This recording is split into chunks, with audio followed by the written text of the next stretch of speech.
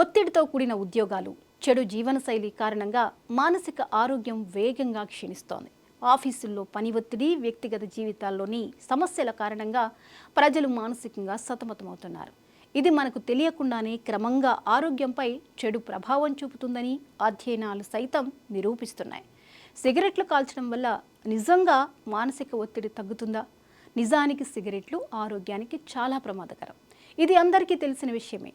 కానీ అవి అలవాటుగా మారిన తర్వాత వాటిని వదులుకోవడం అంత సులువు కాదు. దీనికి కారణం సిగరెట్లలోని నికోటిన్. ఇది మెదడుపై ప్రభావం చూపుతుంది. సిగరెట్ తాగినప్పుడు నికోటిన్ శరీరంలో డోపమైన్ అనే హార్మోన్ను విడుదల చేస్తుంది. ఇది ఆనందాన్ని కలిగిస్తుంది. అందుకే ఒక వ్యక్తి సిగరెట్ కాల్చిన తర్వాత కొన్ని క్షణాలు సంతోషంగా, సంతృప్తిగా ఉంటాడు. కానీ నికోటిన్ ప్రభావాలు తగ్గడం ప్రారంభించిన వెంటనే ఆ వ్యక్తి మళ్ళీ అశాంతి, మానసిక ఒత్తిడికి గురవుతాడు.